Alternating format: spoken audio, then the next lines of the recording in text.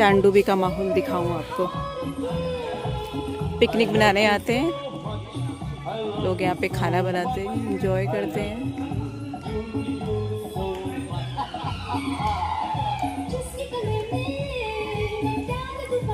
और ये देखिए दूसरी तरफ चांदूबी लेक है, बोटिंग करते हैं, और दूसरी तरफ लंच की व्यवस्था उपलब्ध है। तो ये इस तरफ का माहौल है। यहाँ पे लोकलाइट है जो सब्जियाँ बेचते हैं। देखते हैं क्या है। ये कितने का है? ये तो 10 10। ये तो 20 ये 20। बुगरी बुगरी क्या?